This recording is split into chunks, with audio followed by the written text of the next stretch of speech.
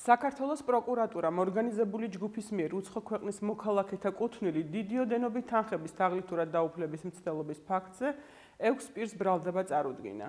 შინაგან საქმეთა სამინისტროში ჩატარებული გამოძიებით დადგინდა, რომ დიდი ოდენობით თანხების მოტყუებით დაუფლების მიზნით ღამის კლუბ დაიმონდის მფლობელს კლუბში დასაქმებულ პერსონალთან ერთად შემუშავებული ჰქონდა თაღლითობის გეგმა და დაწესებულებაში შესულ ტურისტებს მიღებული მომსახურების შეუსაბამოდ დიდი საფასურის გადახდას თხოვდნენ. უარის შემთხვევაში კი მათზე ფსიქოლოგიურ ძალადობას ახორციელებდნენ. აღნიშნული გზით დანაშაულებრივი ჯგუფის წევრები სხვადასხვა უცხო ქვეყნის 8 მოქალაქის 33,500 ლარზე მეტი ოდენობის თანხის თაღლითურად დაუფლებას შეეცადნენ. დაკავებულებს ბრალდება ორგანიზებული ჯგუფის მიერ დიდი ოდენობით თანხის მოტყუებით დაუფლების მცდელობის ფაქტზე წარედგინათ, რაც სასჯელის სახით და ზომად 7-დან 10 წლამდე თავისუფლების აღკვეთას ითვალისწინებს. პროკურატურამ ბრალდებულებისათვის აღკვეთის ღონისძიების სახით პატიმრობის შეფარდების შუამდგომლობით სასამართლოს უკვე მიმართა.